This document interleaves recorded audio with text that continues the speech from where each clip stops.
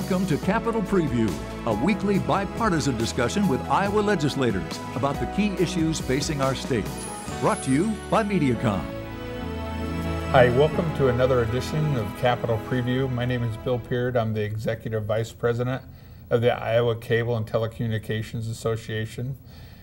Capitol Preview is a show brought to you by Mediacom that talks about important issues of Iowans. We bring our representatives and our senators in from the Capitol Hill to talk about these important issues. Our guest this morning is Representative Megan Jones, District 2, Republican from Sioux Rapids.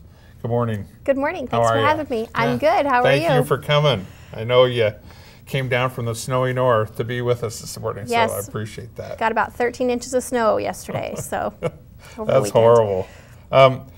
So I want to talk to you first. The first thing I want to talk about, because I'm not sure that I'm 100% understanding, is the Senate just passing the concussion bill. So can you kind of give us a little bit of a background what the concussion bill is and Sure. what's important to Iowans? Sure. So we've been working on this bill for about 4 years, so it's been a long time coming. And now it's going to sit on it's sitting on the governor's desk. And what this bill does is provide an opportunity for school districts to, it provides them with protocols that they can adopt, and then therefore it decreases their amount of liability should a kid get their bell rung on the field, on the mat, in the game.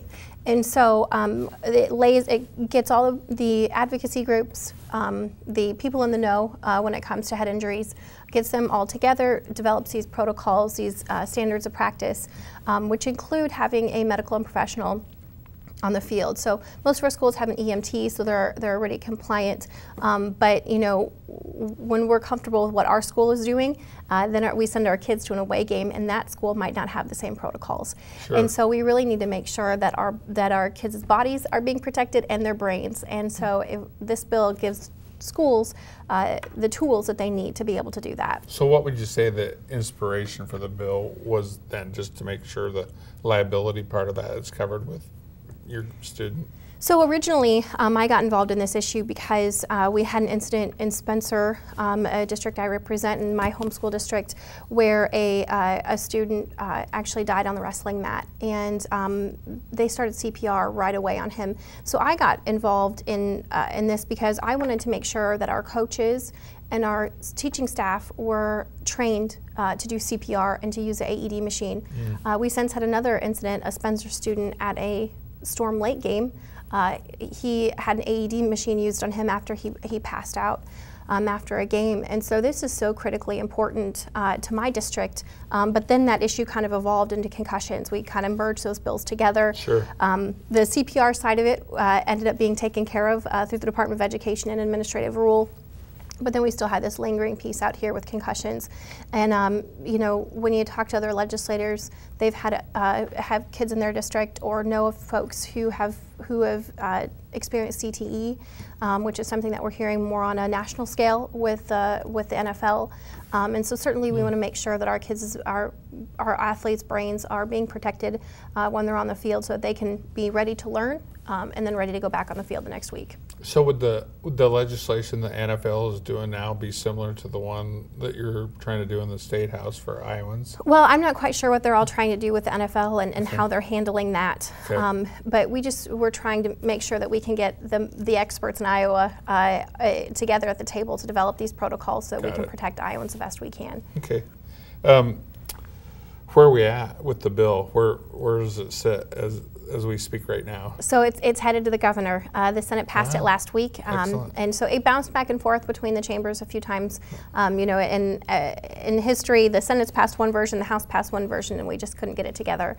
But this year, we've been working really hard and working together. Senator St. Clair over in the Senate has been a true champion of this bill, and that work is so very much appreciated. And so she got to make the motion on the floor of the Senate last week to send it to the governor. Very good.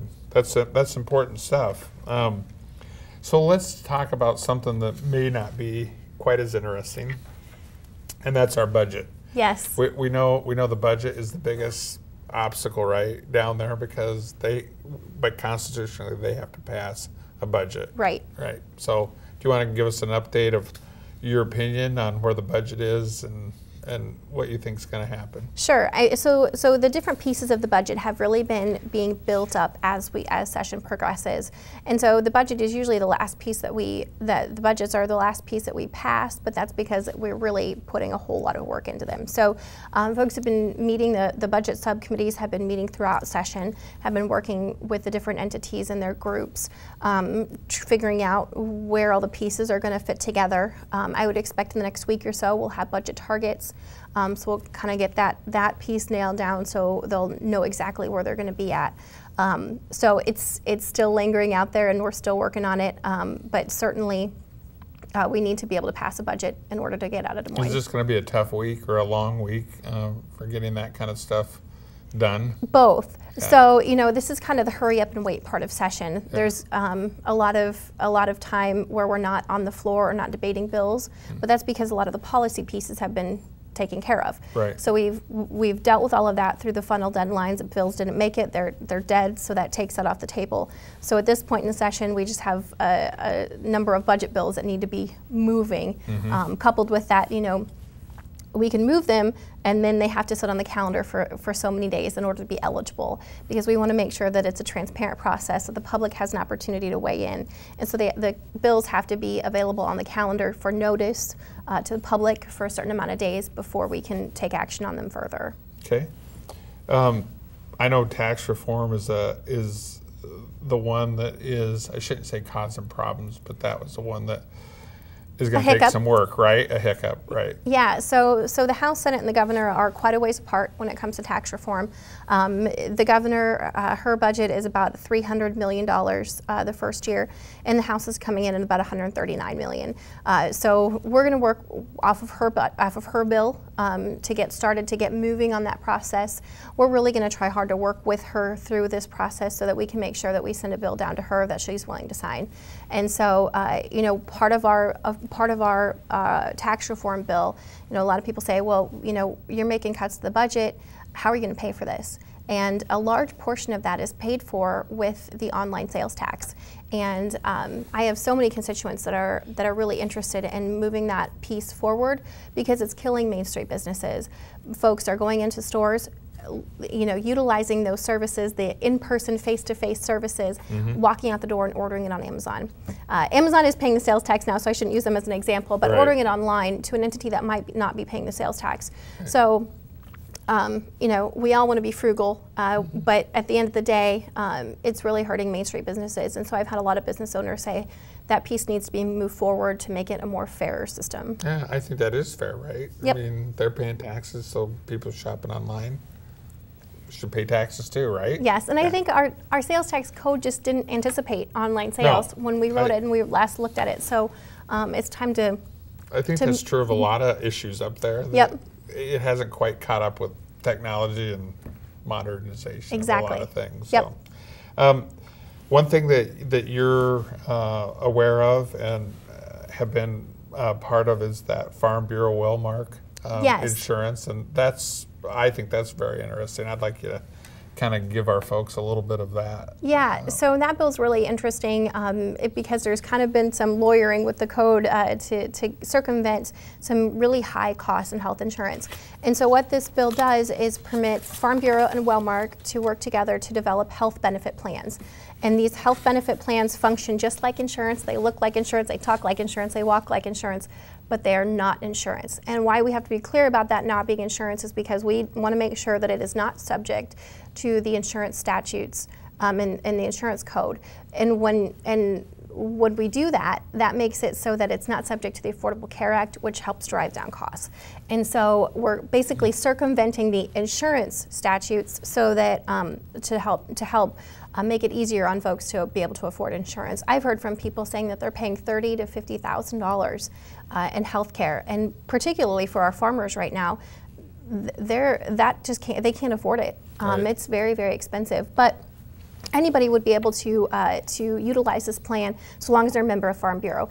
And so why are we picking out Farm Bureau is always a question. Well, we want to make sure that we have entities that can afford to be able to participate in such a program. You don't want to have someone on the street corner selling health benefit plans and then them not being able to back up a claim. Sure. So if there was, if you were in a God forbid, in a terrible car accident and there was $1 million worth of damages, we want to make sure that the entity supporting that health benefit plan can afford to back that up. So in the future, I think we're ready and willing to look into other entities being able to expand this program and offer it to more groups. But right now, we're going to keep it limited to these entities, see how it goes, and hopefully we can help folks get insurance that probably can't afford it otherwise. Yeah, it seems like a something that has a place in our society, right? Yes.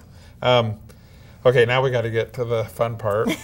Your new daughter. Yes. And what was your decision like to bring? And I've seen you up there with your daughter. And what was the decision like to bring the baby to the Capitol?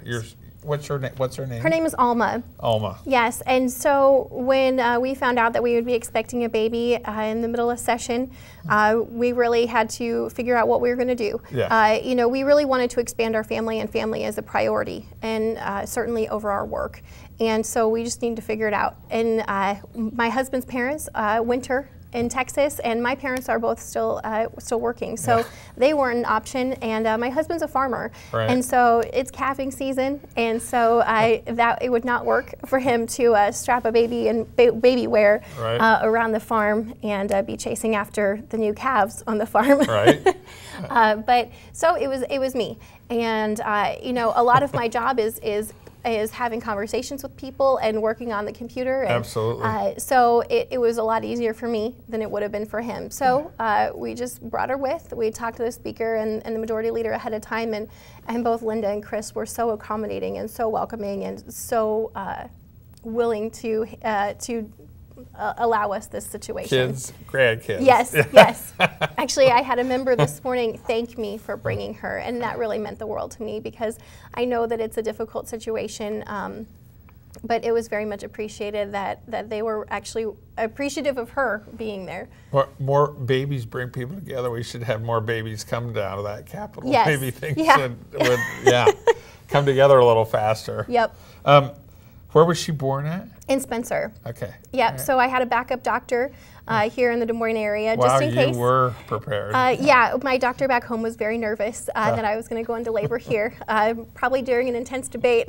But no, I could tell things were probably going to happen sooner rather than later. So I drove home, and she was born on a Wednesday. So we're wrapping up. We're fastly running out of time, but.